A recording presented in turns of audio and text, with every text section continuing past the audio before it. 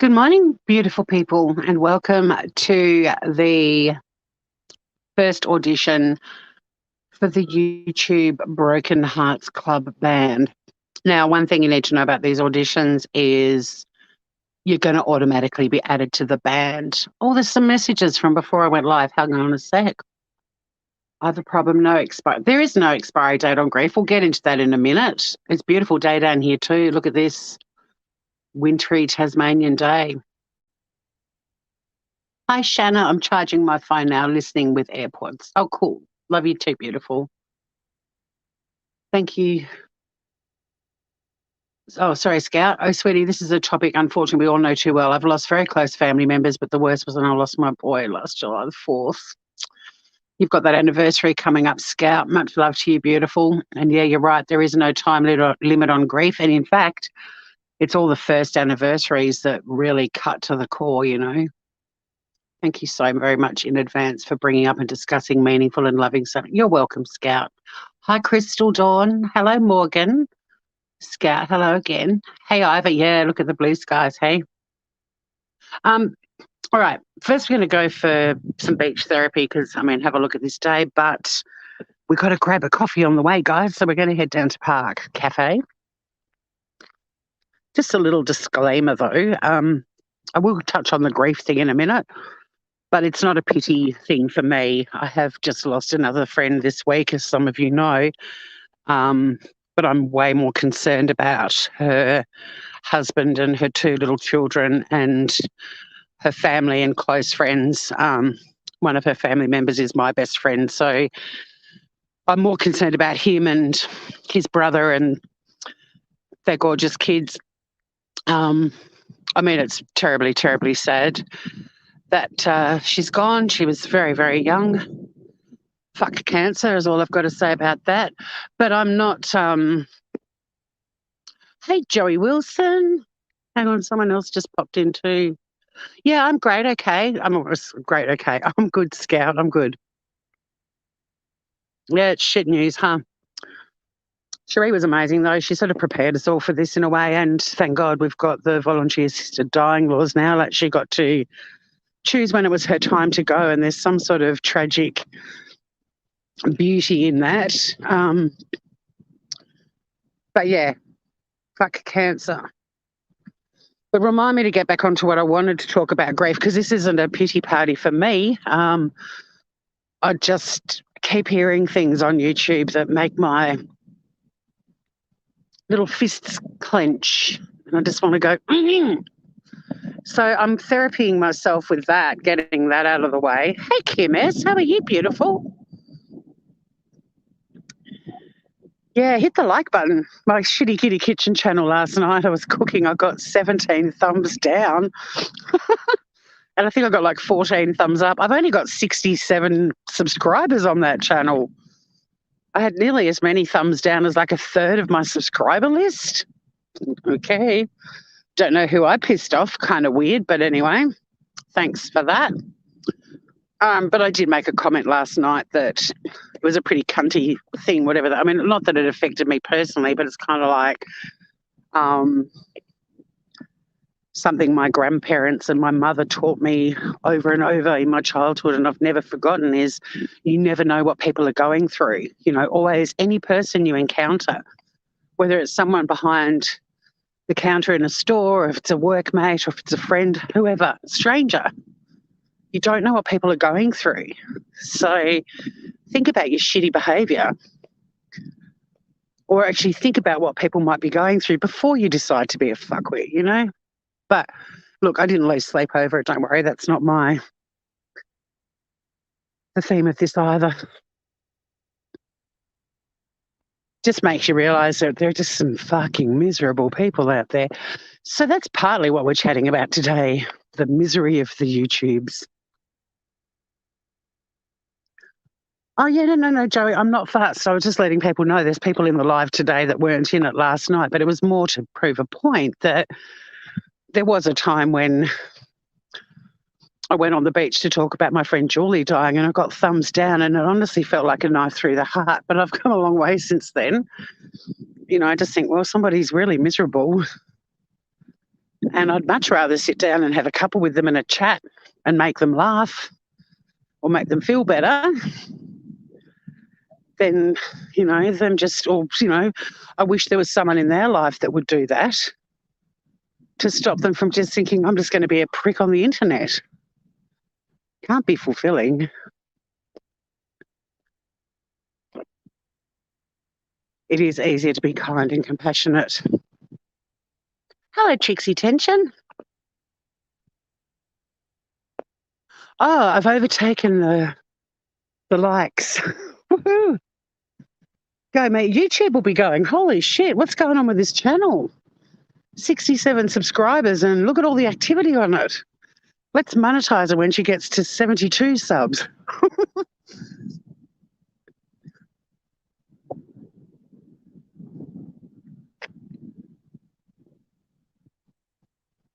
Don't worry, I'll mate over there. Don't eat Twinkies. So now I don't.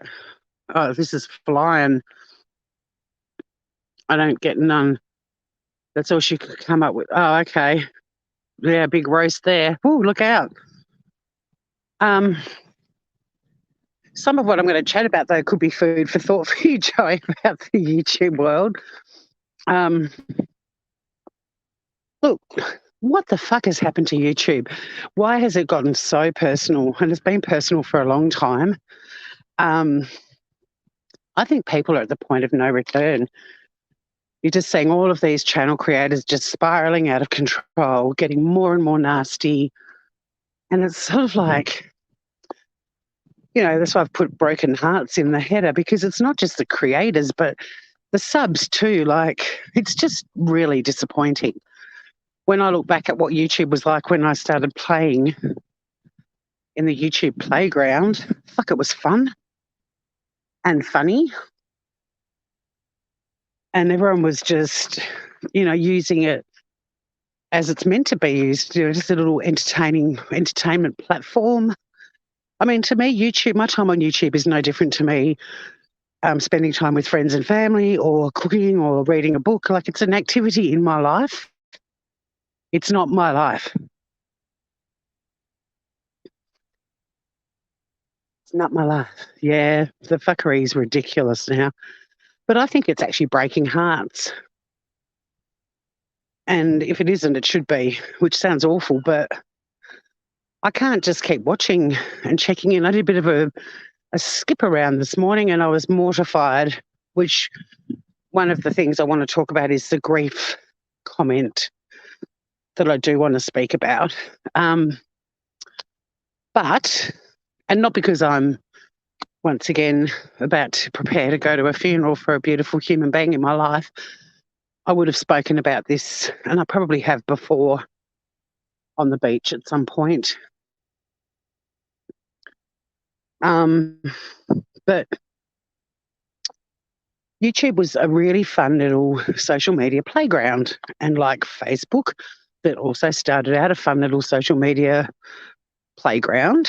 Facebook turned into Fightbook, and I haven't been a fan of Facebook for a really long time. In fact, apart from my group on Facebook, my communities that I've got, I was pretty much away from Facebook land, apart from moderating that group and maybe connecting with a couple of people. Like, I love Messenger, but on Facebook, maybe connecting with a few people or seeing that someone's bought a house, I'm like, oh, I better give them a ring and congratulate them, that sort of stuff. And then YouTube sort of was where I migrated from Chris Watts' Facebook groups. Won't go through that story again, but what a different world, We're just watching people spiraling out of control. At some point, creators choose to make things personal, and from that point on, the spiral starts. That's how I'm summing it up. Like, just lashing out at other people on YouTube seems to begin your own demise. And the only rule I've ever had in my chat, in addition to just blocking hate speech, because that doesn't need explanation why that's a rule, my only other rule was no bagging other creators in my chat or any of my guests or me, or fighting with other people in chat. Like, just be respectful. That was the only rule I had. And I maintain that, if there are mods and if anyone does start slagging off on another creator in my chat, time them out, because I don't like it. I don't want it. If you want to slag off creators, use your own platform. Don't use my channel to do that. Okay. But that's always been my rule, and that's been it. But then people last year started to send me private messages because they didn't like someone who was in my chat, because they were clearly having a fight with them, or the person in chat had said something shitty about them, which I didn't know anything about. And I was kind of getting messages sort of not telling me who I should block or anything like that, but it was kind of a, I'm not coming back to your channel if they're going to be there sort of thing. And I'm like, well, that's the beauty of YouTube. You choose what channels you go to. But I'm not going to start removing subs and blocking people because someone else in my chat doesn't like someone. I've never, ever weighed in on anyone else's issues, and I never will. Right, we're going to go into park. I'm going to have to pop you in my bag a little bit, Grievers. Won't be too long. Just grabbing a coffee.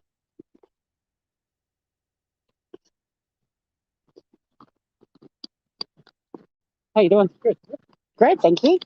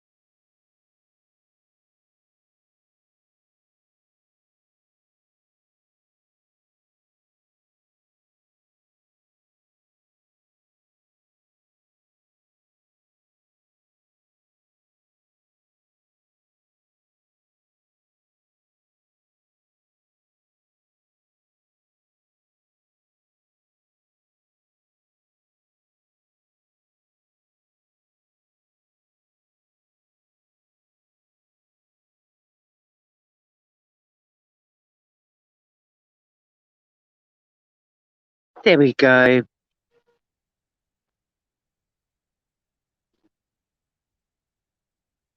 Just catch up with chat. Chilly on the willy. I don't even know what the temperature is today, but it's pretty nice in the sun.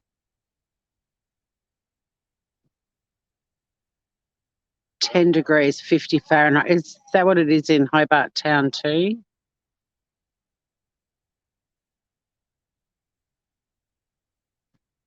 All right, I'll go back to there. I think that's where we were when I left off. Oh, and Shanna asking about the temp. Yeah, but I'm wearing a beanie and boots and stuff. I just bumped into my 3 neighbours who all met for a coffee and didn't invite me. I said sprung when I spotted them, and they were like, "Oh, we didn't know you were around." I'm around. It's okay though. I've got plenty of things to do. I wouldn't have joined them. I'd rather go for a beach therapy session with you grievers. We've got things to talk about. Shit, a tall chai tea latte. They do make them. I should have ordered you one, Shanna. Yep, there's 3 little dots next to the person's name. Block them and you won't see them. Easy as that. And this is the issue that I had when I started getting messages from numerous people in different communities, gangs, call them whatever you want, sides. They've got a problem. It's up to them to sort out their problem, but don't put the pressure on me to decide what to do, because my channel has literally been a place for people to come and hang out. Right from the very start, I had people in opposing sides. I worked under a creator as a moderator, not worked, but I moderated under a creator who had very firm views. This fire pot's yummy as scrummy. About certain creators, and a lot of them I was really fond of, and I stood up for them. I actually said, well, I like them, so I'm not joining a little they suck campaign. But with my channel, it was like, okay, I don't want any hate speech. That's a given. And the only other rule is don't slag off other creators in my chat. I can talk about other creators and be respectful. I've never gone live and screamed and yelled and called people names. But anyone having a go at a creator in chat, especially if it's someone I'm not even talking about, just time them out, because I don't want it here. And I've managed to get my channel 3 and a bit years along without, oh, not quite 3 years, but what was it, 2018, August, September, something like that.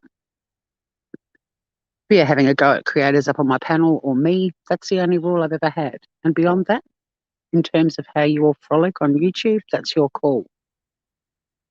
So when I used to get messages from people, I didn't want to research who'd said what and done what. I don't care. So many people do shitty things and hide their videos, take them down, private them. I do not have time to investigate every single subscriber I've got and every creator I follow and what they're up to 24/7. I don't. I've said for years, I'm so grateful for the clip channels, because I kind of get on top of a bit of what's going on. But people email me, I didn't know this person. Well, fuck off. I don't give a shit. If they've done or said something bad to you, then here's a point. One thing I have noticed on YouTube in the time I've been on here, there is absolutely nobody who gets mud flung at them who hasn't flung mud themselves. Ever. There's not one person on YouTube who's just been innocently doing or saying nothing and suddenly they're getting lives done about them. If you can tell me of one completely innocent person who's never said a bad word about another person on YouTube who's suddenly been targeted, let me know, because I haven't seen one. Ever. I agree, Shanna, they do like the chaos. Bakery treats, not today. I'm going to go home and have some yummy lunch after this. Yep, people can't avoid a shit show. Hello, Emily. Chilly on the willy in Tassie today. Let me just catch up. Where was I? I don't know why the screen went black. I could see. Oh, Morgan, a super sticker. Thank you, darling. I'm scrolling down. Thank you so much. Yeah, we released the bullshit out into the oceans. Hey, Joe Madre. Shanna, a super sticker from you too. Oh my God. Emily, my God, what are you guys doing? Stop it. Thank you. Thank you so much. I better just get down to the end because I've got a bit to talk about. Hey, Carolina. But Shanna, And Morgan and Emily, thank you so much. That's really cute. You just paid for my coffee. I'm a problem.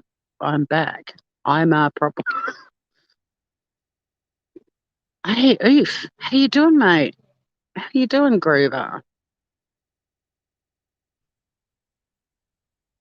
Okay, so I'll just wait for my coffee and then I'll get a bit more vocal. People are looking at me like, why is that chick just sitting with her phone on her knee, talking? You good, mate?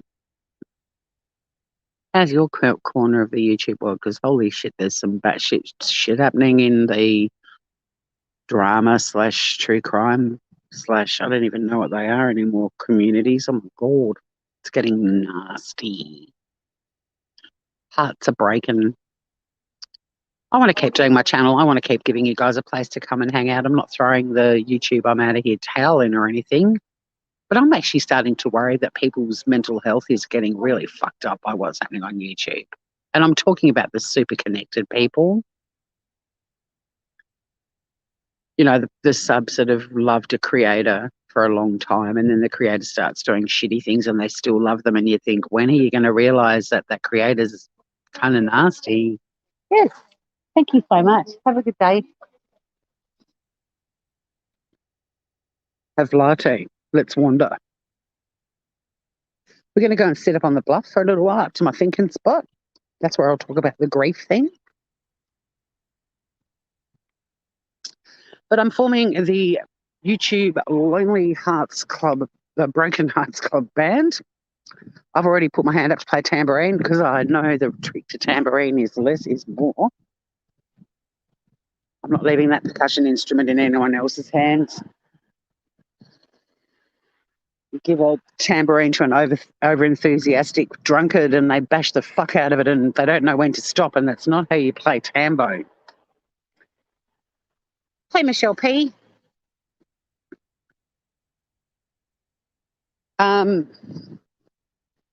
But yeah, you know, like if a creator sort of loses the plot, my initial reaction is, oh, this is a bit concerning.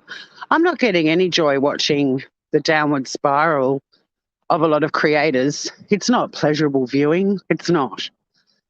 The change in so many creators from what they were like back in 2018 to where they are now is unbelievable.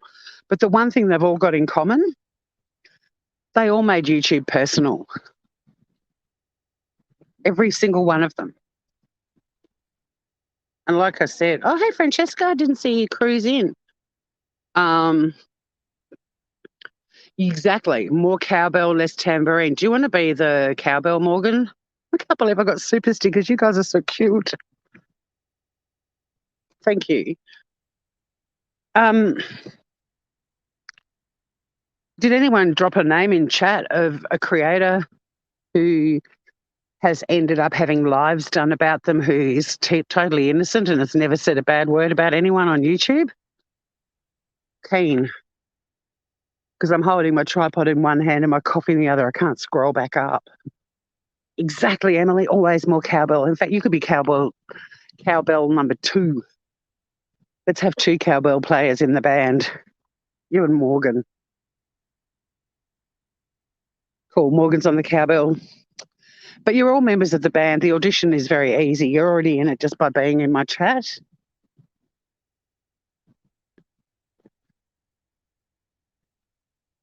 Nobody is innocent. Exactly, Shanna. Now, that doesn't mean you can't comment on things you're witnessing on YouTube without resorting to personal attacks. Like, people should be able to comment and discuss, because that's what communities do. And just because we're online doesn't mean it's not a community. It is.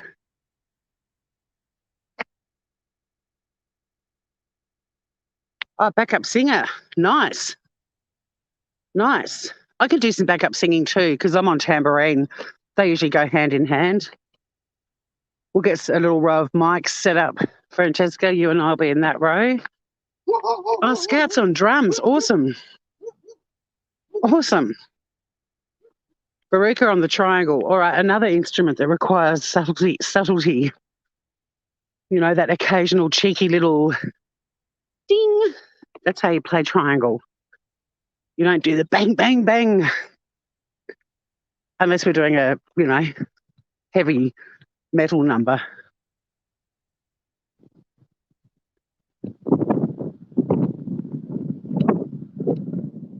I've just got to stop to read Joey's.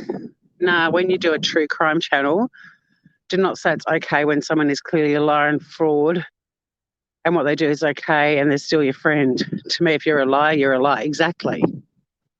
Pan flute. Oh, Joe Madre. It is so important. Oh, you want a xylophone, Morgan, or we need one? Yeah, you can do backup grinning, Ruth. For sure. Mel will be on the recorder. Absolutely. Although my comedy friend who did the original My Heart Will Go On recorder number, he needs to be in the band too. Although he left YouTube. Wonder why. Wonder why. Yeah, pan flute. I know it's gold. Enjoy your dinner, Shanna. I'm just going to be talking grief now anyway. You're probably leaving at the right time. I just have a little point I want to make from my little thinking spot, and then I'm going to throw it out into the ocean. It is biodegradable, and let it sort of float away as we do. Then a little stroll back along the beach to my track, and I'll bid you all farewell. And we can all leave our troubles here in the ocean. I hope Shanna hasn't left just yet because she hasn't been up on the bluff for a while. She might have forgotten how pretty it is. A few surfers out there. 1, 2, 3, 4, 5, 6, 7, 8, 9, 10. I can see about 14. Oh, it's amazing, isn't it, Joey? Oh, you may not have been on a bluff walk. I know you've been on the beach with me a lot. I discovered this walk last year during self-isolation, and it's become my favourite thinking spot at this beach. Isn't it gorgeous? So my house is up on that hill to the left. And as you know, we just go down a little track through those sand dunes. There's a white sign in the dunes that you may or may not be able to see because you guys get a panoramic view.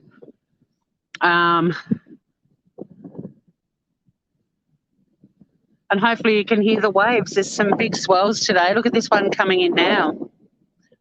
Probably looks quite tiny from down here, but if you're in that water, he's a big one.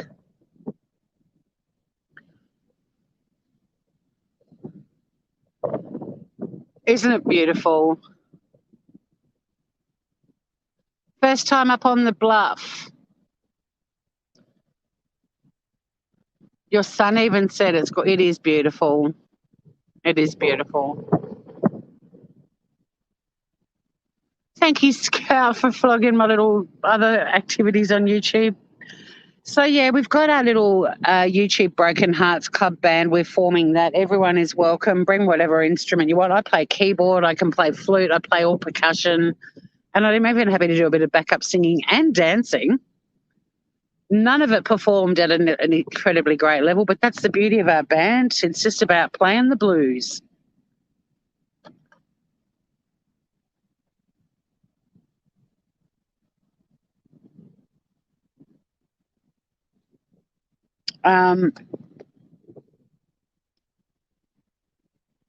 But yeah, so there's been a definite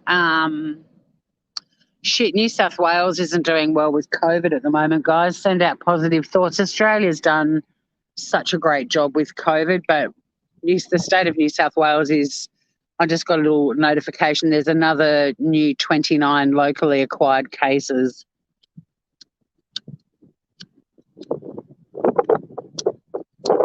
Shit, yes, I am having a cigarette. The Champix hasn't quite made me hate cigarettes, and especially with a coffee. Birdie nom nom.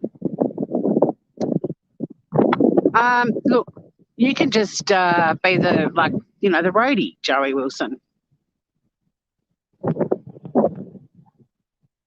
Yeah, my beautiful cousin who stayed with me last week and left on Monday, she was meant to start a new job on Wednesday and it all got postponed till next week because of lockdown, but I don't think she's going to be able to start next week either.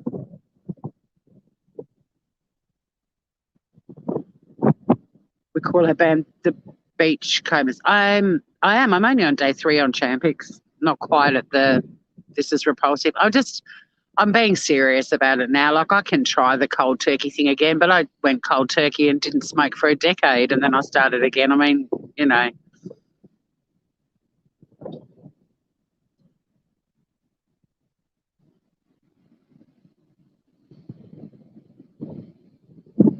Oh, so you do Champix too, 5 a day, still can't fully stop. 7 months I've been on it. Okay. Shit, maybe the the bit where it repulses you, it's not going to happen with the chemistry in your brain. Yeah, some people do have really whack dreams on Champix, but then others, like my close friends who've used Champix, none of them had any problems at all. And like a few of them are nurses and, they'd tell you if it had been a nightmare. But anyway, I don't want to talk about Champix. I want to talk about YouTube and grief. Yeah, I'm always going to be a smoker. I have my phases of smoking and then not smoking, but my current job I barely smoke, so it's sort of like, why am I smoking the rest of the time? But then I sit up on this spliff with a coffee and it's like the perfect accompaniment. A cigarette. I wish I could be one of those people. I've always wished I could be one of those people that could just have one, like one every couple of days. But no, if I've got them, I smoke them. Yeah, maybe later, Scout. I've got a lot on at the moment, as you know, and I'm just trying Champix for the moment. If I don't have any success with that, I'll look at other options. Thank you. I'm a bit overwhelmed at the moment with things I've got to do. So I'm just trying to do one little thing at a time.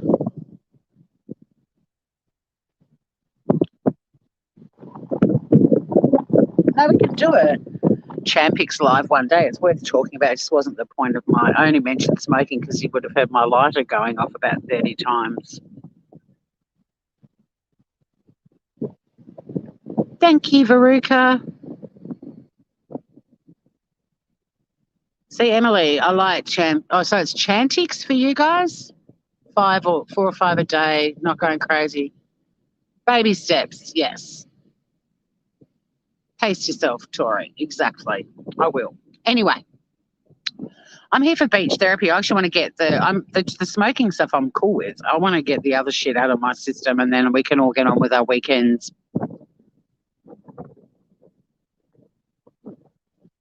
Cookies. If I got them, I'm eating them. Yeah, exactly. We've all got our addictions. Cookies is probably better than cigarettes, though.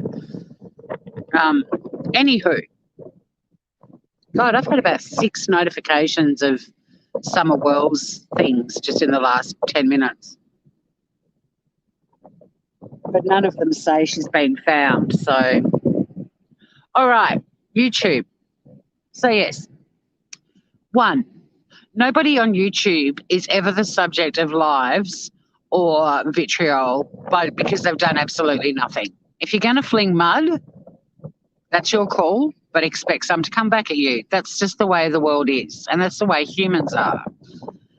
Now, you can comment about other YouTube creators and things you're seeing on YouTube without resorting to personal attacks and being a fuckwit. Like, you can, and people, I think, should call out shitty behaviour when they see it, and you can do it without being an asshole. If you're going to be an asshole about it, or if you're not actually going to focus on the issue at hand and why it's not acceptable, then you're likely to end up being the subject and target of other creators and lives. How long do we have to be on YouTube to see how this fucking world of YouTube works? It's not that hard. No one should be watching YouTube and not feeling like they can't speak up if they see something they think is reprehensible, disgusting, or whatever. Like, you don't watch a TV show and with your family and not discuss it. YouTube's the same. We're watching TV. We're watching reality shows, essentially. And, of course, people are going to talk about it. And if you want to use your platform to speak up about things that you think are shitty in the YouTube world, you should be able to do it without fear of being targeted.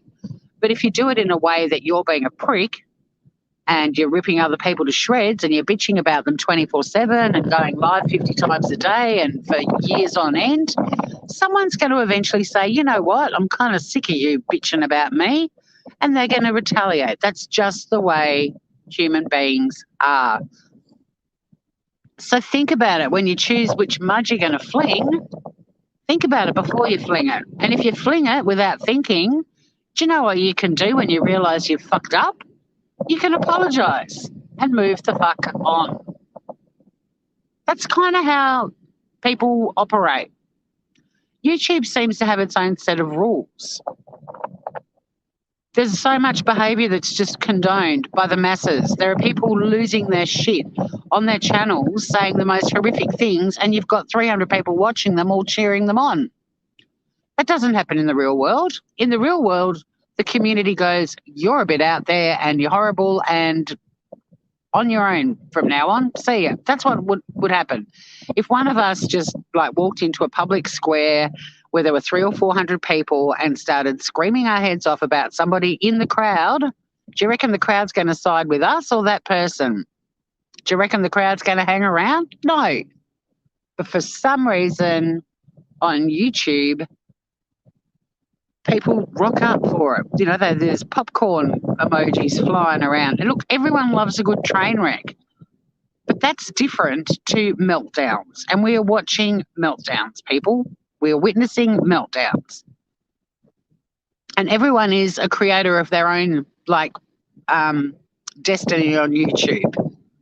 You do have a choice in how you behave, and you do have ramifications for how you behave.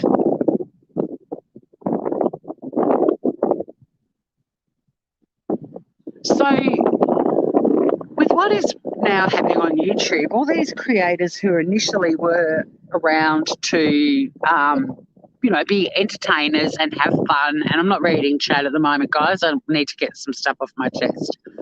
I shall return to chat momentarily. So if there's something important that you've said, you may need to retype it in a little while, because scrolling up on this phone is pretty painful. And I do want to have a chat with everyone too. But I'm starting to lose my train of thought. So that's why I moved on from chat pics, and now I'm lost again. I know there's really important points that I thought about before I went live. I should have actually made a little list, because I forget things, and I will get to grief in a minute. The differences in so many creators now from when I first met them on YouTube is phenomenal and sad in a lot of instances. And the days of us all kind of finding each other and finding different channels and connecting with some people and finding new friends in chats, other subs, and having creators, if we get a notification, we're actually excited they're going live because we know we're going to have a good laugh, or they're going to say something poignant that's going to make us think. All of that stuff that hooked us all in the first place is kind of rare now. Even new channels that are coming on the scene from the get-go, drama bitching channels, bitching about other people, even though they haven't been in the community, they're very vocal on these new channels about other people. And you think, well, where the fuck have you come from? And do you want to just settle in and get used to this place before you start creating more chaos? Okay, you don't. But those channels start up and are monetized within weeks or months, where other channels that have been putting out original content, like cooking channels or music channels, things like that, 3-4 years later, they might, if they're lucky, get monetized, but they'll probably never have 400 people watching anything that they do. But these other little new channels come along and they're bitchy and nasty and say fucking awful things, and everyone's cheering them on, and they're making money on YouTube. And it's, to me, indicative of how messed up the YouTube world is. And I'm not enjoying seeing a lot of creators I once cared about. And I'm not saying I loved them, but creators I used to coexist with and have fun with, it's horrible seeing their demise, but it's also horrible seeing how they've orchestrated that demise as well. And they're not self-aware enough to go, I'm actually spiraling out of control. I'm becoming a person I don't recognise or like. I've got to fix this and stop this. It's like these trains that are all just out of control and they're all heading towards the same big intersection, like 500 train tracks. They're just all going to this one point, and at some point the whole lot of them are going to collide. That's what it looks like to me. Like NewsTubers Live, the start of her thing, multiply that one train by another 499, all coming into a central point that are about to slam into each other. That's what I'm witnessing right now. And it sucks. But it's also very easy to go, wow, how wrong I was about that person. See, for me, I share a lot of my life with you guys on YouTube, but it's a tiny percentage of all of my life. There's a lot of things I chat with you guys about, and there's a lot of things you guys chat with me about. But there's still, it's not the totality of who we are. Some of these train wreck people, I'm thinking we're seeing all of them. And the truth isn't pretty, man.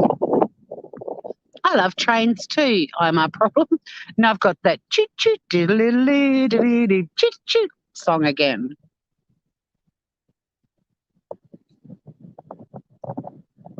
Now, at the risk of probably having my channel fucking copyright struck or whatever, I'm about to talk about a couple of creators in particular, and yeah, I'll probably end up getting struck, and this might be the end of this channel. I did like the movie, Joe. It was fun. It was good fun. It was hilarious. It got some real, like, hearty laugh out loud. The shock factor in so many things that happened were great. It was very funny. Thank you.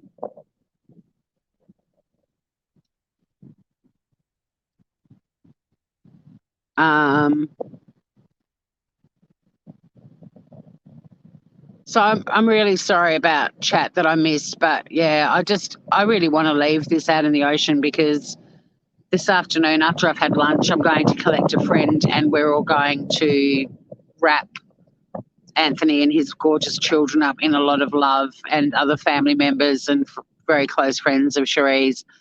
And I really want to be in that beautiful, gentle, loving space that they need right now. So this is why I'm throwing things out. So I'm sorry I'm not being overly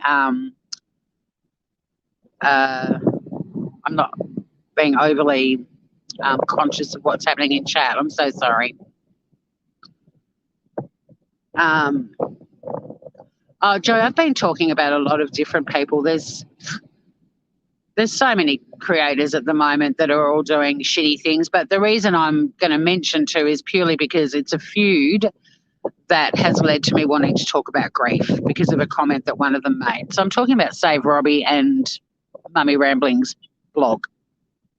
Now, I don't want anyone in this chat, if there's anyone with a wrench, I want you to use that and time people out, posting your opinions about either of those people in my chat, please. I don't, because I know that both of them are polarizing. I know that both of them have histories with other creators and people on YouTube, and I know that you've all probably got, or some of you have probably got, very strong feelings about either one of them or both of them, and they may well be justified, but this is not why I'm mentioning them. It's to do with grief, and that's it. So please respect me and not turn this into a bitch fest, because this is not what this is about at all. But there's a point that Robbie made, and I want to respond to that. It's not, Robbie is not the only person that I've heard say this sort of thing. I'm not singling him out and saying he's the only person that's ever said it, because I've heard it a million times in my life, and it still bugs me that this is how people perceive grief, and I wish it would stop. But yeah, I have faith everyone will behave too, but I've noticed people are coming in and out a bit, and because I'm not watching the screen, I can't really act, but I do not want this to become a I don't like them thing. It's not about that at all. I'm not connected to either of them. So, yeah, this isn't a let's slam the fuck out of them in chat. This is a listen to what I've got to say and see how you feel about it and talk about that. So when I first did come to the YouTube world, Save Robbie was one of the first creators that I found in my travels. I don't even remember how. I do know that I was his first ever mod. We never really had anything like in terms of a friendship that went offline much. There were a couple of emails. I had some antihistamine, like a histamine intolerance issue, and I remember Robbie once sent me an email with some really good suggestions on things to take to help me get on top of that. But that was it. Like, we weren't like calling each other or anything like that. But this was also back in the day when everyone was just on YouTube to have a good time. There weren't really any divides, you know. There weren't really any creators who were vocal, at least not publicly, about other creators that they didn't like. Now, like I said, I had very little to do with Robbie really, but he was certainly, I considered him a friend of mine on YouTube. And, you know, when they changed the rules on YouTube about going live and they made it 1,000 subscribers and more watching hours and all that sort of stuff, Robbie actually did a live. And through that live, I learned how to go live on StreamYard, like to completely bypass the YouTube thing. But that was probably the depth of our friendship, other than just, you know, mucking around on YouTube with everyone else. And for the most part, well, for all of the part with that, having a good laugh. But we haven't had a lot to do with each other for a very long time, and I hope that he finds, you know, a peaceful balance in his life again. So in the little bits and pieces that I've seen are saddening me, but I do think he's just one of many people on YouTube who have become so about YouTube that their reality is blurred now, and YouTube is their clear reality, if that makes sense. But most of you, or some of you, might know about the feud between him and Mommy Rambling's blog, where she made accusations. He's maintained from the start that it wasn't him, he didn't do it, and she's never apologised for that mistake. And if you want to sum it up in that sort of, in the simplest of terms, that's kind of the history of it, but there's a lot more to it, and there's a lot of grief in this as well. But also it seems to have now got to the point where nobody's budging and it's just getting more and more out of hand. And I'm not saying either party's right or wrong in this. I think it's just one big, gigantic, chaotic mess now that's spiralling out of control, and somebody needs to slam the brakes on, and either Mommy Rambling's blog needs to go, look, back when that happened, it wasn't the best time for me, which nobody's going to disagree with her on that. She'd just lost her son right before Mother's Day, where she'd also lost both of her parents around Mother's Day, and then she had to spend her first Mother's Day without her child, who died literally 2 or 3 days before Mother's Day. Like any human being experiencing that amount of death in a short space of time, and then you've got fucking Mother's Day in the middle of it all, if you wouldn't struggle at that point in time, there's something wrong with you. And I think everyone can be pretty compassionate about what was going on with her at the time. Now, a lot of people are very critical that she shouldn't have been on YouTube, and I've got strong views about that too. I don't care. Like, you know, people that say the rechecks need to get off YouTube. Why? People need to stop being assholes about the rechecks on YouTube is the issue I'm saying. They can go wherever the fuck they want. If they get comfort from the supporters, the support that they get on YouTube, well, who are you to tell them where they can and can't go? And if I'd had my daughter and grandchildren murdered and a whole fucking shitload of people are talking about them on YouTube, I would actually be on YouTube to see what those fuckers were saying. So if Mummy Ramblings had to go live, because that's where her community is, and she's been a more prolific, I guess, YouTuber in terms of being live a fuckload from the start. Whenever I first encountered her, she's always been on YouTube 24/7. She's live at a time at night in Australia, which blows my mind, because I've got no fucking idea what time it is in America, that no American channels are awake. And she always has been. But if that's her place where she goes to get support, again, who are we to fucking criticise her for that, right? And if you take a step back and you didn't know Mummy Rambling's blog or Hello Starlight or Save Robbie and all that shit that was happening, and what are they called, RDA, all of that shit that was happening at the time, anyone that was watching that would go, fuck, that woman's got a shitload of shit going on. We might cut her a little bit of slack. it's common knowledge she's got like her ramblers who are all, you know, behind her and supporting her. And you bet your fucking left tit they're all sending her screenshots and messages. And she should have just been able to grieve, even if she chose to do it on her platform, and that was it. But, you know, people sending you stuff is part of the problem too. I've had to say to a couple of people, please don't send me stuff. Like, I'm deliberately not on YouTube 24/7 because I enjoy not knowing what's going on all the time on there. So don't fill in all the gaps.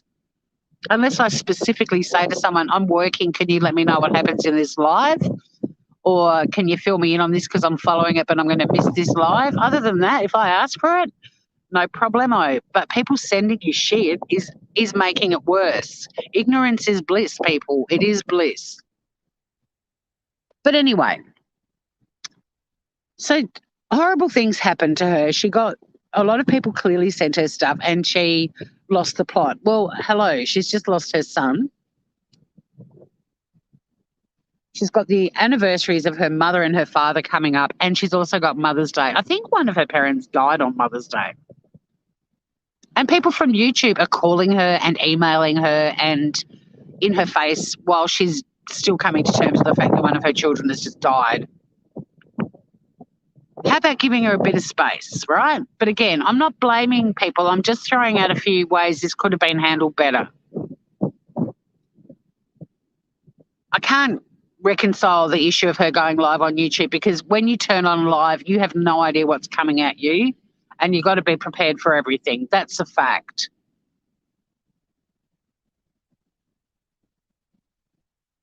But I'm not going to tell her how she can grieve or where she can turn to for support. But if I was a rambler or a fan of hers at that time, apart from giving her a little message of support and, you know, so sorry about your loss, I would have kind of left her alone. If there was something that was going on YouTube that involved me and her and I thought it was important, I'd probably wait a while. I mean, Cherie died on Tuesday. I only contacted her husband yesterday to give him some space. People get bombarded when you lose somebody. You get so many phone calls and messages, and now with social media you get all of that contact too, and there's emails and Messenger and Facebook and Instagram. It's fucking too much. And you want to let the people closest to them be the ones that are ringing them, you know, and around them. A time comes for everyone to touch base, and you know when it's right in your heart, you do.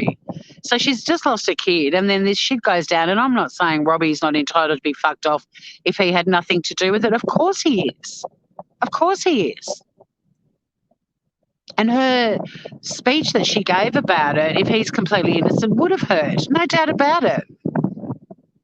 But bombarding her, not just him, but other people about all this YouTube shit that was going on at the same time, probably could have waited, you know, a week or two.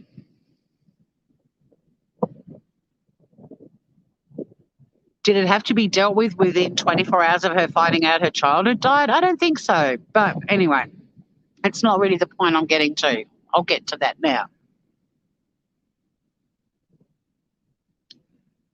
So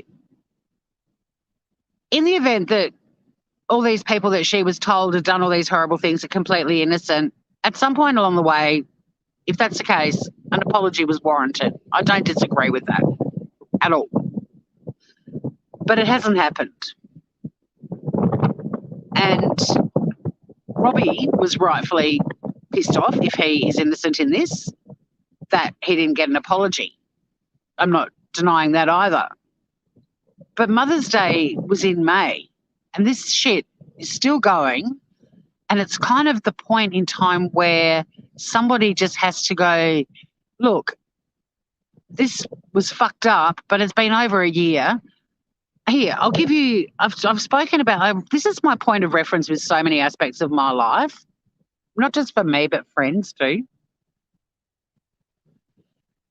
I had an ex-boyfriend for 4 years, the one I moved to Vietnam with, and our relationship started to crumble while we were living together in Vietnam. He was retired and I wasn't working, and we just spent too much time together. And there were a heap of other things going on as well, not to mention the fact that 3 weeks after my dad died, we moved to Vietnam. That was a bit too soon. I didn't get to grieve for my dad with my sister and brother and people who knew him. But anyway, the relationship fell apart, and I actually said to him, this is untenable. I can't keep this relationship's just shitty. We've either got to work on how to fix it or it's got to end. Well, he reassured me that he was going to get anger management counselling when he got back to Australia with me and address a few other issues that he had, and I was going to feel much better coming home and being around people that were missing my dad as well and do some proper grieving. And we came back to Australia, and he stayed on in Melbourne because one of his sons had a bucks night coming up and a wedding not long after that. So he was going to stay in Melbourne and do the bucks night, hang out with his boys, and I was going to come home and see my brother and sister because I missed them like crazy. And then I was flying back to Melbourne for the wedding. So I'd been back in Hobart for about 5 or 6 days. Jim and I had been messaging each other and calling. They were staying in this weird place for the Bucks weekend, and he had to go onto a tennis court and up onto like the referee's chair to get reception to ring me. And everything seemed fine. And then one morning I woke up and I was walking to work, and out of the blue I got a text message saying, I'm staying in Melbourne. I don't want to speak to you ever again. This relationship's over. Please don't ever contact me again. And that was it. And I was like, wow. I just got dumped in a text message by a man in his early 60s who used to ask me to type his text messages because it took him so long to type 3 sentences. He must have spent at least 30 minutes writing me that dumping text. So I'll give him credit for that. Anyway, a couple of days after that, I got an email from him kicking me out of our home. So it wasn't the best of breakups. It was fucked up, really, and I'm still grieving for my dad, all that shit. But anyway, I went to yoga one day, and I had a friend that I used to go to yoga with a lot, and after yoga we ended up having a chat, and we were chatting about what had happened with Jim and I said to her, the thing that's really bugging me is I just don't know why. Like, he won't let me contact him. We can't have a final conversation. You know, we came back to Australia. He was optimistic about getting help, and we were going to work on our relationship and all of that sort of stuff. And then out of the blue, bang, it's over. And I just said to her, it just really bothers me after spending 4 years with this guy that I don't know why. And she said, sometimes not knowing the answer is the answer.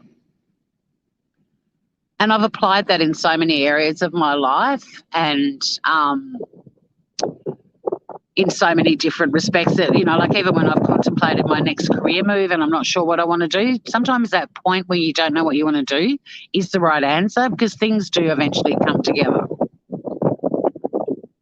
The whole point of that, though, is waiting for this apology. Sometimes the apology is just not going to come, and you're not going to know why. But using another bit of advice that my mum and my grandmother gave me, if you don't like something, change it. If you can't change it, change your attitude. And if you can't change your attitude, then it's time to simply let it go. And I really think this whole waiting for an apology thing, it's maybe time to let it go. It could also be the time that the apology is given. But one of them has to do something to change this.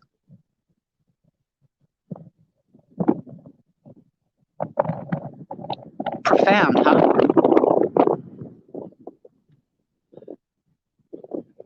No, it is no way to end a relationship, but I only use that as an example of not knowing why was the answer I got, you know. I had to just accept I was never going to know why, and I still to this day don't. And I don't care either. Like, you know, I processed it. I couldn't change it, so I changed my attitude and let it go. Letting go is a hard thing to do. It is, but what is the alternative? This spiral continues.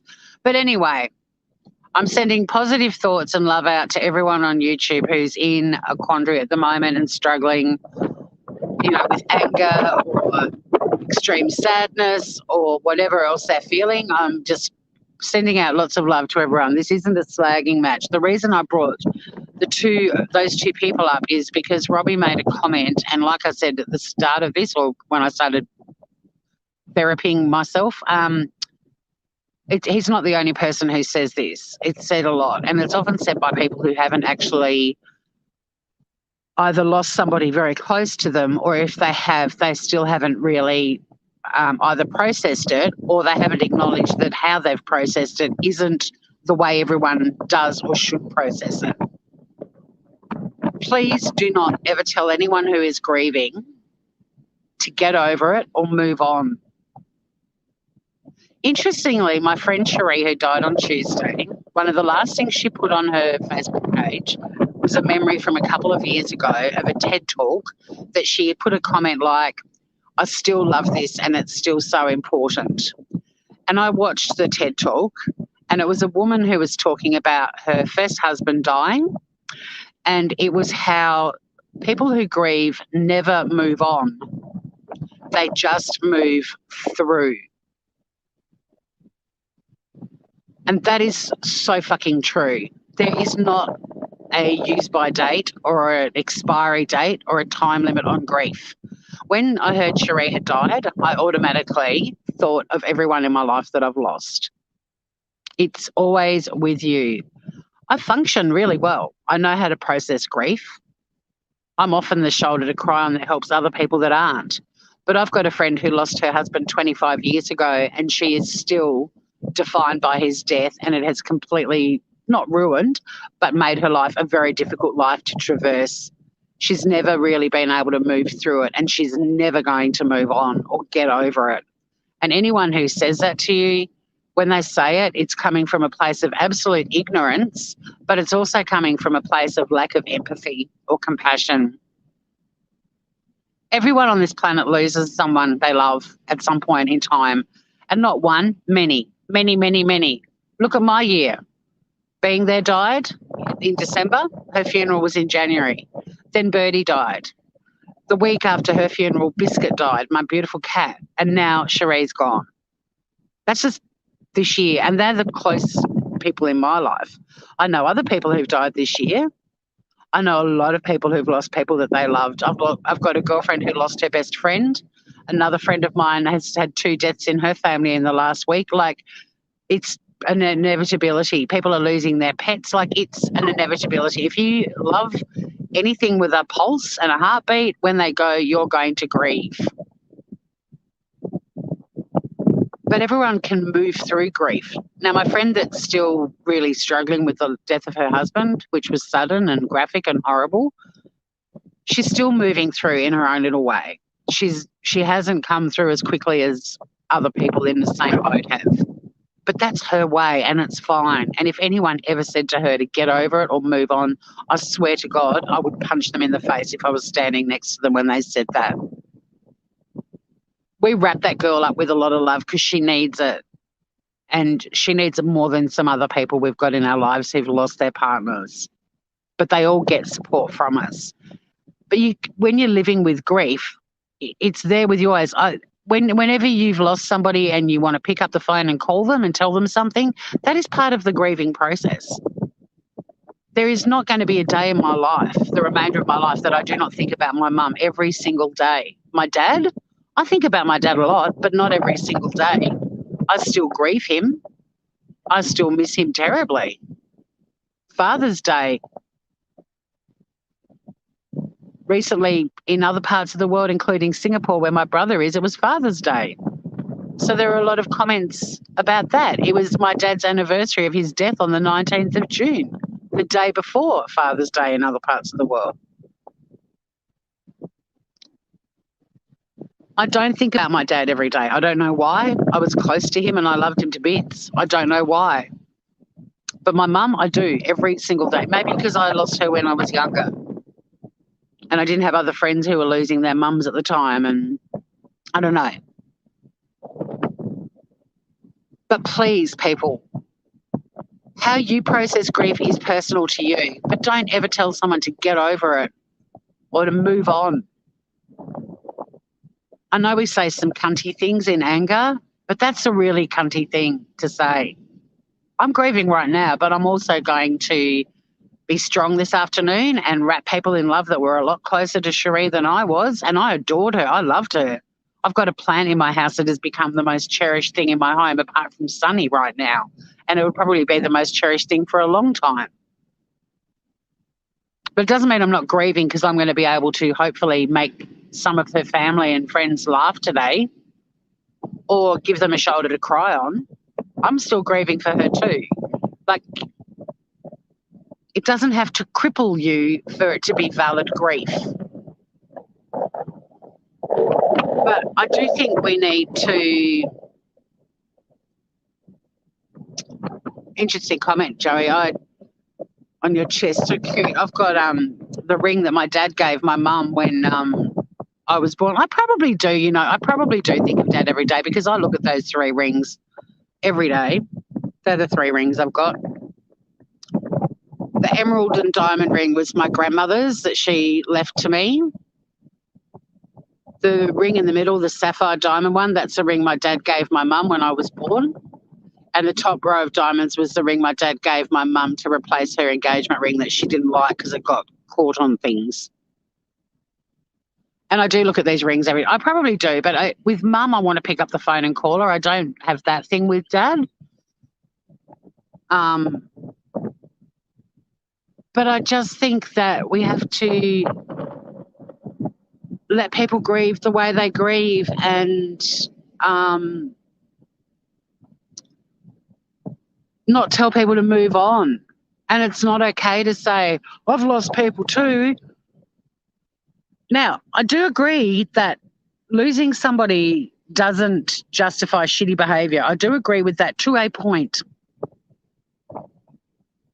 I think when Mummy Ramblings sat by that lake and poured her heart out and was angry and hurt, that was warranted for all the shit that she was being sent. Now, okay, maybe she didn't spend 24 hours researching everything on fucking YouTube. Get real. She just lost her son. She had the anniversaries of both of her parents and Mother's Day. Like, seriously, don't criticise her for that. Sure, down the track, oh, shit, maybe we got it wrong. I'm really sorry. I am really sorry. Fine. It hasn't happened. I've lost my point. What was I going to say? Oh, fuck. I had a really important point. One more cigarette and then I'm going to hit the road.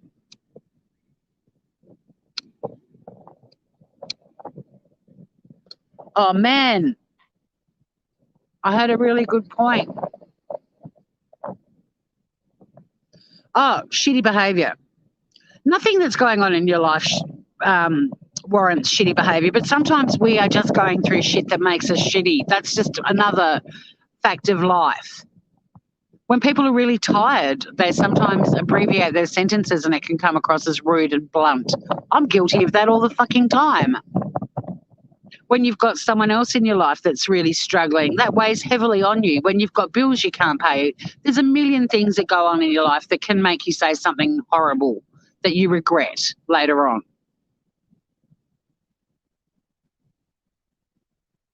And I don't think anyone should use grief like me. I mean, my mum died 21 years ago. If I was an asshole to someone and said, oh, I'm really sorry, I'm just, my mum died, 21 years ago?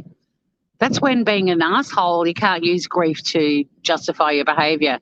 But cut the woman a bit of slack, it was all kind of happening back right when it had all happened. That's what empathy is. It's like, fuck, she's going through hell right now. Look, this isn't cool. But I kind of get why she's a bit fucking emotional right now. And I might cut her some slack. And I know that he reached out to her and she never responded, and that would be annoying too. And I'm not, like I said, blaming either of them. But it just led to that comment about letting go, moving on from grief. Don't ever say that to anyone. Now, if in 10 years' time she's doing and saying fucking horrible things to people and using her son's death as an excuse, that's when you might be like, yeah, nah. Even in 5 years' time, yeah, nah. Even in 3. But that shit happened like within 24 hours of him dying. Well said, Ruth. Grief can override logic and make you not yourself at all. Absolutely. Yeah, they are lovely rings.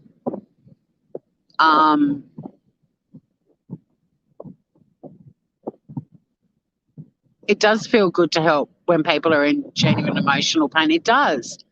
And it feels good to say right now, like right this moment, You know, Cherie's gone. I've got people that desperately need my love and attention. If somebody calls me out of the blue and they say, my dog just died, I'm going to be there for them too. Like, I've got enough love in my heart to spread it across numerous people needing love and attention right now. It's what empathy is.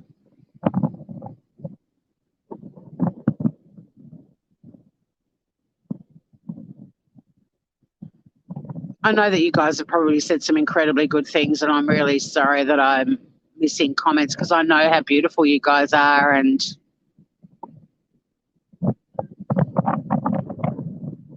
I'm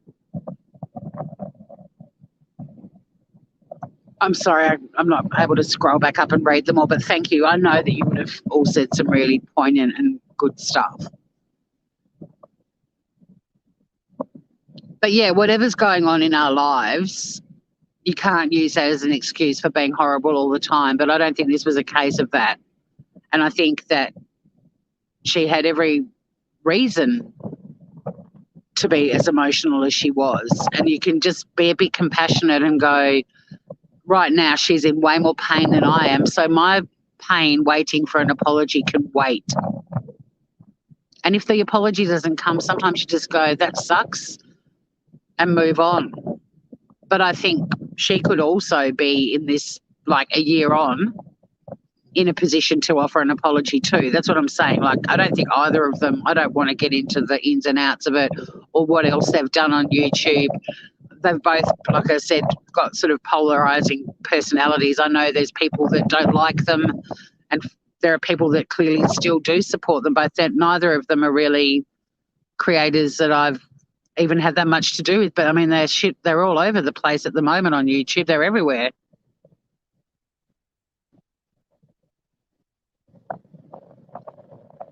Losing a child destroys parents. I believe it would. I didn't have children, as you guys know. And one of the reasons I didn't want children was because I didn't want a lifetime of worry. And all of my friends who've lost children have been irreparably affected by that. But I also don't think that, I mean, no parent should ever bury a child, but there's plenty of other scenarios involving grief that are also horrific. You know, like, I don't believe in saying any form of grief is better or worse. I'm very aware that losing a child would be fucking horrific for those who've lost children. But I also think the 5-year-old kid in Italy who's lost 3 generations of his family, like every single family member to COVID, that grief's pretty fucking horrible too. I'm terrified of losing a sibling because without parents, the 3 of us are super close. And the thought of one of my siblings dying before me, I want to be the first to go out of the 3 of us because I don't want to know what it's like to lose one of them because they are my heart, you know. I don't have children. My brother and my sister are my heart. And I don't believe in grief Olympics, you know, like a single man losing his dog of 18 years is going to be ripped to shreds by that in some instances, and that grief is just as valid. I don't believe in comparing grief because nobody can tell you who you love more than anyone else in your life. And I hate to say it, but when there are people like Chris Watts on the planet who didn't give a flying fuck about their children dying and he caused their deaths, that's shit makes me irate. All the people that wanted babies and couldn't have them, and then people who can treat their children like that, they're just disposable. So, yeah, it's too complex. And I don't think Grief Olympics is a good thing to go down that road. Birdie's mother, at Birdie's funeral, has lost 3 of her children. She has 1 surviving child and no husband anymore. And you think, holy fuck, why did life deal her those cards? How did she lose 3 of her 4 children and her husband? And she said to me at the funeral that she was tired of people coming up to her and telling her how strong she was. Because she's like, I'm not strong. All of their deaths have absolutely broken me. But what's my option? What are my options? I either process my grief and what life has dealt me, or I end my life. That's it. They're the options I've got. But I'm not strong in choosing to soldier on. I've got no choice because the other option isn't going to happen. Now, she's never said a nasty word to anyone in my circle of friends or anyone that I know. She'd never use the deaths of her children or her husband to justify her shitty behaviour. She's just chosen to be a decent person, even though she's perfectly entitled to be the biggest prick on the planet. Shit, Emily, see, that's crazy. 3 of her 8 children and a husband. Exactly. Like, how do you, like my neighbour who doesn't have children, her husband died very recently and very young. Why is her grief not as bad as a parent losing a child's grief? Do you know what I mean? Like, you can't say one grief is worse than the other. Now, don't get me wrong, losing a child is horrific.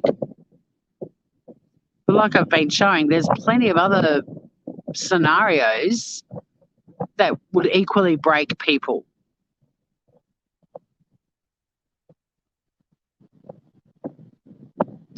Much love to you, Emily. Yeah, fate has no preference. And I don't think it's healthy for us to say that one person's grief isn't more valid than another's. I've lost a fucking shitload of people in my life. There probably hasn't been a month that I've been on YouTube. I haven't been grieving for somebody, as you guys know. I've lost a shitload of people since I started my channel.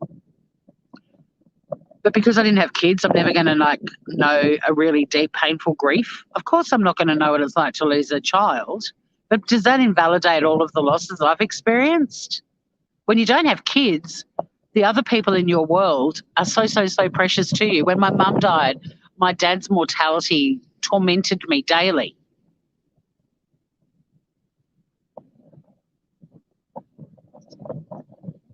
Just look at grief as somebody's lost someone or something in their world that they love to bits and they are heartbroken and they need our compassion and support right now. Full stop. The end.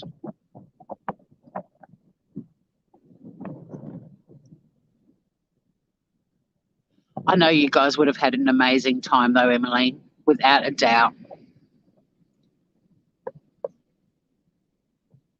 Okay, I've got 28% battery and a cold coffee. Let's head down onto the beach. So that's really all I wanted to say is grief doesn't have a timeline. Please don't tell people to get over it or move on. You don't know what breaks a person's heart.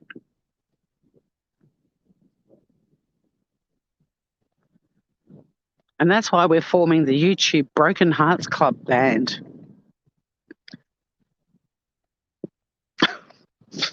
We'll all just play the blues. Look, it's so beautiful, guys. Grief Olympics. That's what it feels like, though, isn't it? I'm not invalidating mothers losing kids, please, or dads. Please understand that. But when you don't have children, does it mean you don't experience true grief? It's like, it's no different to people saying, unless you have a child, you'll never know true love. Well, fuck off. I couldn't have children. I wanted to, and I couldn't. So you're telling me I'm never going to know true love because I didn't spring forth from my loins a child? And what about babies that are adopted? Like, babies that are adopted in my life are probably more loved by their parents than the ones they give birth to because those children were desperately wanted. How dare somebody say, oh, you won't know true love unless you give birth to a baby? Get fucked. You won't know true vaginal tearing either if you don't have a baby. Put that in your pipe and smoke it. Fuck off. Grief is grief, exactly. God, it's really dark and gloomy down here, and I'm focusing so I don't slip. In fact, I'm actually going to take the safe way out because I've got a feeling I'm going to fall over, and I really don't want to. It's slippery. The ground is a bit muddier than usual, and the little goat track I normally go down is a bit treacherous, so we're going to go the other way. It's mainly because I don't have a spare hand to grab onto something if I lose or if I slip or lose my footing. Extreme YouTube living. You don't realise how important your hands are for balance until you're carrying shit and you're on a goat track.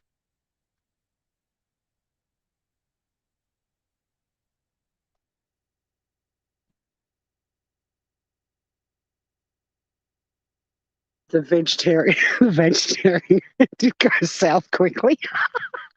I'd never thought of that before. That's my new response, though.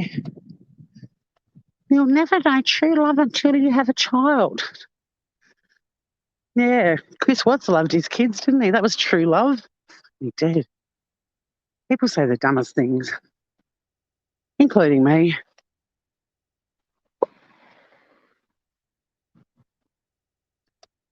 All right, skis. Grooveroonies.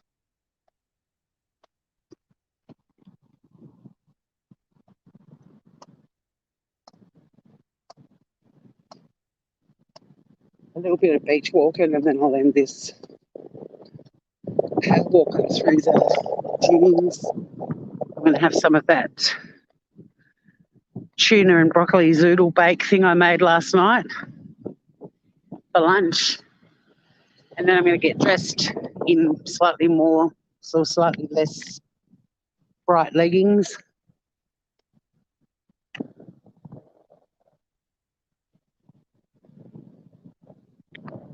Don't fall and rip that veg. Yeah, you don't need to have... Exactly. And my niece and nephew, and my sister adores her kids, but they reckon I love them so much better than their parents do. And I was like, well, I'm kind of in a different position because, you know, you're my niece and nephew, you're not my responsibility to raise and discipline. But Jemima says to me, but you've got more love for us because you didn't have kids. So when you were born and you were given all this love in your heart, the love you were given for your children that you would have when you didn't have them, that gets added on to the love that you were given for all of your nieces and nephews. And I'm like, Jemima, you're really wise.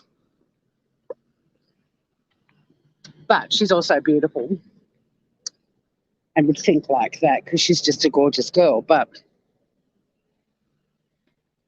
I'd kill someone if they hurt my niece or nephew. The lioness would come out in me. Don't you worry about that. I didn't have to give birth to them to love them as much as I do and want to protect them as much as I do.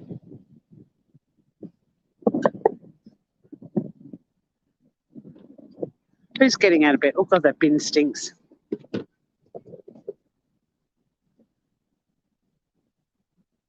See, I'm a problem. Enjoy the beautiful day up north. Exactly, Morgan. I do too.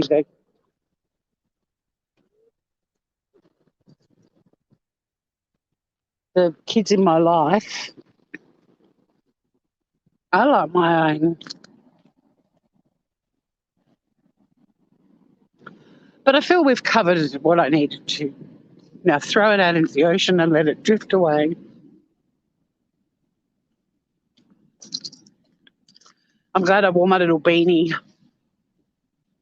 More snuggly. The Lonely Hearts Groover. Oh, yeah, what was that comment? We should be the YouTube Lonely Hearts Groover Hearts Club band. We could just be the lonely. Well, not the lonely, the broken. We're not the Lonely Hearts Club. We're the broken. The YouTube, and I have to say YouTube because we're not broken-hearted. Like, this is YouTube broken-heartedness. So it's a YouTube Broken Hearts Groovers band, or the YouTube Broken Hearts Groovers. I don't know. We're singing the YouTube blues.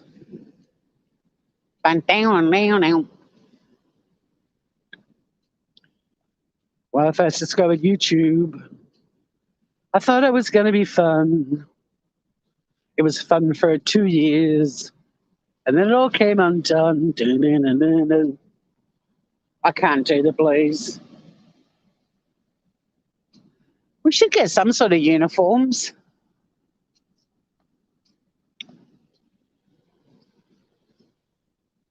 Right now, Blunston boots, crazy leggings, jumpers and beanies. That's the uniform today.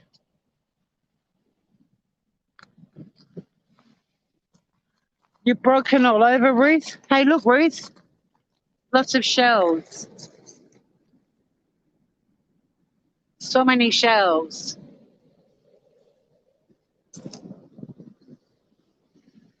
How can you mend this broken heart? Or is it, how do you mend a broken heart? How do you stop the sun from shining down? I can't sing. Stop it, Tori. This is why I'm not the singer.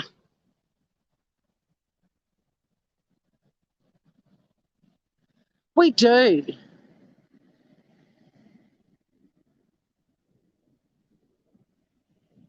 Love shells, I need beating. Where was that comment? Hang on.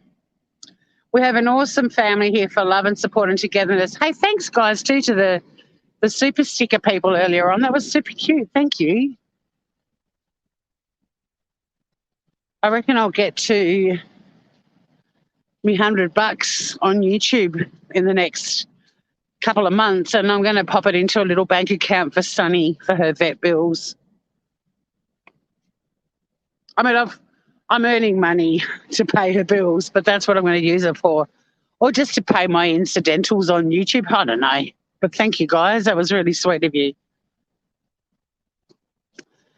And I do hope that the peeps on YouTube who are struggling right now find some sort of resolution. I don't see how it's going to change unless somebody has a moment of truth and just goes, look, I've wanted this, it hasn't happened. Like, say it's Robbie, I've wanted the apology, it hasn't happened, and I've got to accept that it's not going to happen and let it go. Or maybe Mummy Ramblings will say, this has gone on for such a long time and it could all just end if I say I'm sorry. Oh, Morgan, thank you. That wasn't a hint. More coffee for the road. Thank you, gorgeous. But I'm not just talking about those two. There's so many people on YouTube that I feel the same way about. Like, just stop it, guys. Like, it's not for the sake of making money, and I would get no joy getting paid by YouTube because I'm just going live and being horrible about other people. You know, and some of these creators that are now just so deeply involved in these emotional spirals, downward spirals, started out just doing good content and having fun on YouTube, and they just lost their way. But the trick is to not make it personal, because it is actually breaking my heart to see the downfall of people, even channels that I didn't support or I've never really followed because they weren't my thing. It's really awful seeing these downward spirals that people are on. You wouldn't get any pleasure seeing that out of, you know, your next door neighbour or someone you encounter in your life or someone you love in your life. And to me, YouTube's no different. Like, I have a fondness for all of us because we're all in this YouTube city together. Just because we don't necessarily choose, like, you know, that restaurant analogy I gave, like, look at channels like restaurants. Just because you don't eat at all of the restaurants, it doesn't mean they don't matter. They're still part of the community. And I think as subscribers, you know, If you've got a way of reaching out to creators or other subscribers that you're seeing falling apart, just offer some love and support. Don't cheer them on when they're breaking apart. Be there when they've broken to sort of help them rebuild and repair, Offer your love and support when it's needed. Don't offer applause when you can see what they're doing is destructive. And it's them that's going to suffer the most because they're doing it. That's the thing that breaks my heart too, is how all of these subs enable this stuff and encourage it. They don't care about the creator. If they did, they wouldn't do that. How can you, in all good faith, be cheering somebody on when you can see that what they're doing, the only person who's going to get hurt from it is them? How can you then say, oh, I really like that creator? No, you don't. You don't. If you did, you'd want it to stop. You wouldn't be cheering it on and encouraging it and enabling it.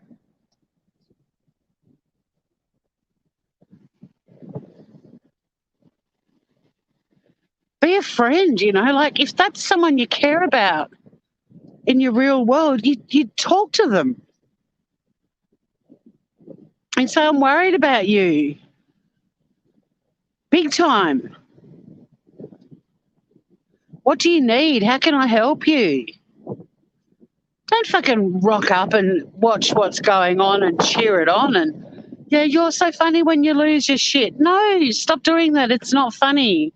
How can you not notice that that person is really hurting? And why don't you want to help them?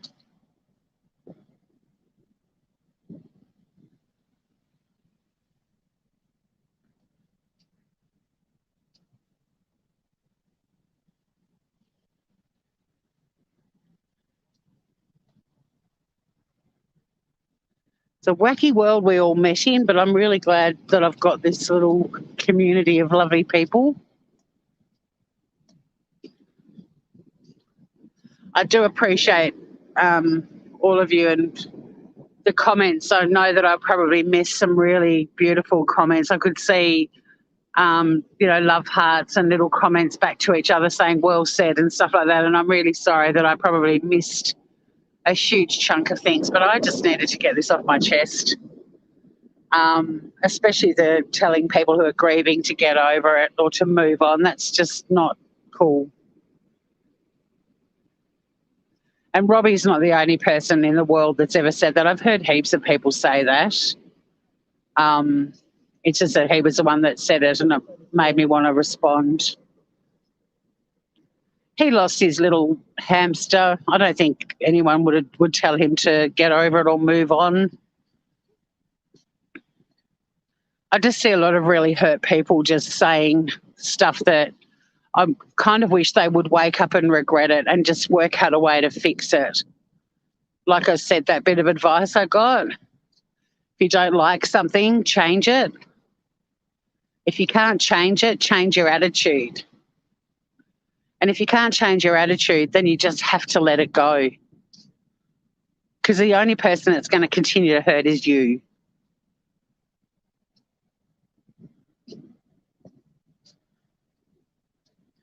Good luck, Emily, on whatever. Oh, your final move date. Yeah. Scotty's moving too this weekend. On top of everything else I've got on, I'm also helping Scotty with his move.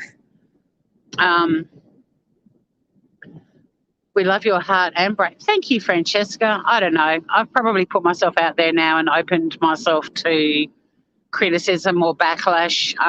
But like I said at the start of this, it's 1:29. I've been live for an hour and a half. Holy shit. Okay, I've got to get moving. I've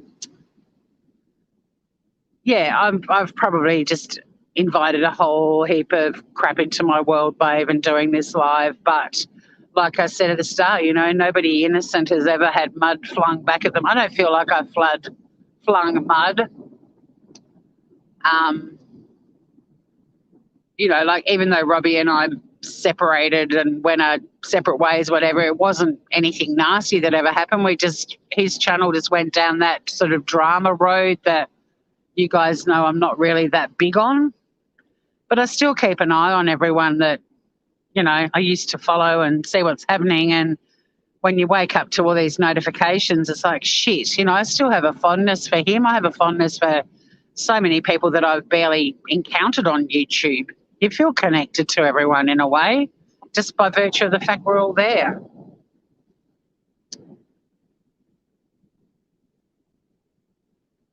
But, if I end up getting reamed for this live, well, I'll deal with it.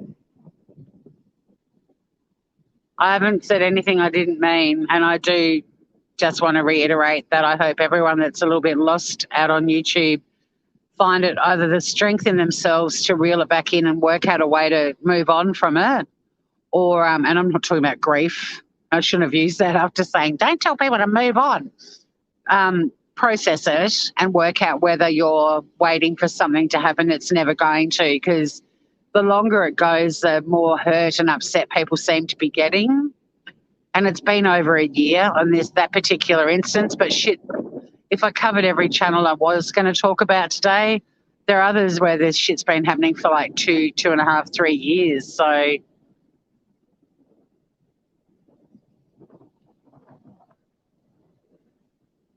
oh, look, thank you, Shanna. Nobody puts Tori in the corner. Look, I don't think I said anything worthy of backlash either, but holy shit, like I was saying earlier, YouTube's got its own rules. Even fucking just saying somebody's name puts it. I mean, why did I get 17 thumbs down on my cooking channel yesterday? What prompted that? I hadn't been on YouTube for a week. What pissed that person off to feel that 17 thumbs down were warranted? I had 14 before I even went live.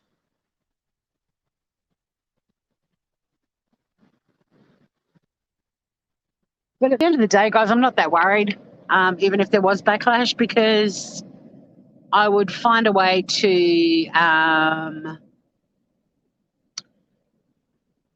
remain in contact with every single one of you outside of YouTube, and I'd just sign out of my YouTube channel,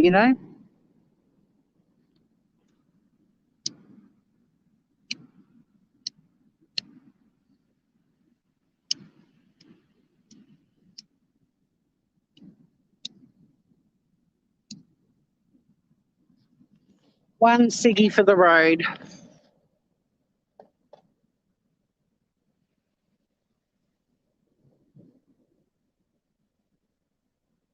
"4:30 a.m. and Fox screaming and a chiff chaff singing." What? What's a chiff chaff? I do feel a fondness for the peeps on YouTube, even channels I don't like. It's kind of like everyone's just trying to find their place. I don't understand how much people have changed or how they lost their way, but I do think it's somehow connected to becoming personal and, personal attacks and a lot of that kind of crazy behind the scene Discord sort of shit and calling people and giving people your number. All of that kind of stuff seems to lead to a lot of trouble. But anyone who has messaged me behind the scenes to tell me that they don't like someone in my chat or whatever will know that I don't entertain those discussions, because you're all welcome here. As long as you don't rip me to shreds, my panelists to shreds, or anyone in my chat to shreds, or other YouTube creators, you're welcome here. And I've had some lives where I've had polar, like, opposites and hardcore enemies in the chat together. And you know what? They've just hung out and chatted, and it feels good.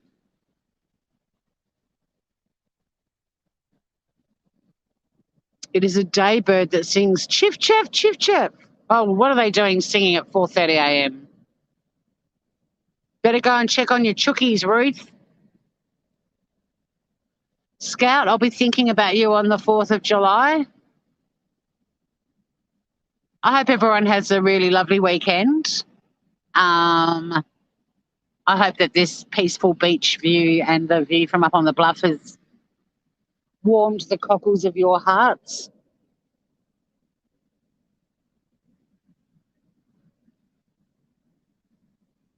I can't even scroll chat now. I've been calling it batshit crazy I nearly changed my channel name to um, the batshits. Ask Mel Mel. I reckon I came up with that idea at the start of last year. The batshits. Yeah, if people are respectful, there is no reason. And, oh, I will give, you're welcome, Scout. Much love to you, gorgeous. It is a beautiful view. I'll give Sunny your love. She was asleep, snoring her head off of my bed when I came for my walk. We went back to bed and had a sleep in, and Shanna had sent me a message and I wanted to respond, and Sunny fell asleep on my hand, so I couldn't reach my phone or do anything on my phone. I'm teaching her that we have Saturday and Sunday morning sleep-ins. It's so cute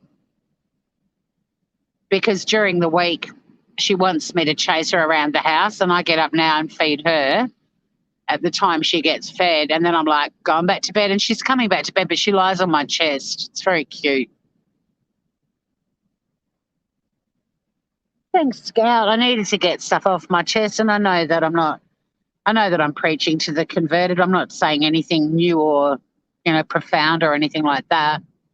But here's your chance, guys. There's the beach. Throw anything that's worrying you out into the ocean. Anything that's worrying you that doesn't warrant the worry. There are things we need to worry about in our lives, but the things that we don't, throw them out. Fur babies before ladies. Oh, yes. I'm sure there's a man with that sticker on his car somewhere. Truck. I love you guys. Thanks again for letting me get that off my chest, and much love to everyone out in YouTube, whether you're a creator or a subscriber.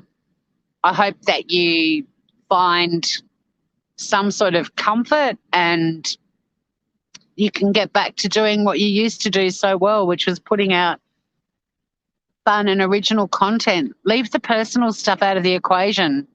It's highly unlikely many of you are ever going to meet offline, so is it worth all of this? Is it worth it? Choose your battles. But YouTube should just be, like I said right at the start, one of the many things we do in our lives that brings us joy, whether it's walking on the beach or reading a book or cooking or hanging out with our family and friends, which is what I'm off to do now. Just remind yourself that YouTube's just one thing in your life, but it's not the totality of your life. And if it's become that, it's time for you to take a deep breath and find a hobby.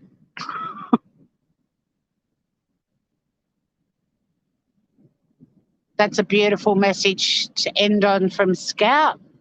Thank you again, all you little cheeky super sticker people too. You crack me up. I'll rewatch the live just so I can see what stickers you chose. I always really enjoy doing that, so thank you. And we'll leave with the sunny hearts. They're like sunny. If YouTube's getting you down, just go back to bed. Till next time, stay groovy, everyone. And polish off those instruments. We've got this band to do. I'll see you next time for our first rehearsal. Love you all. Bye.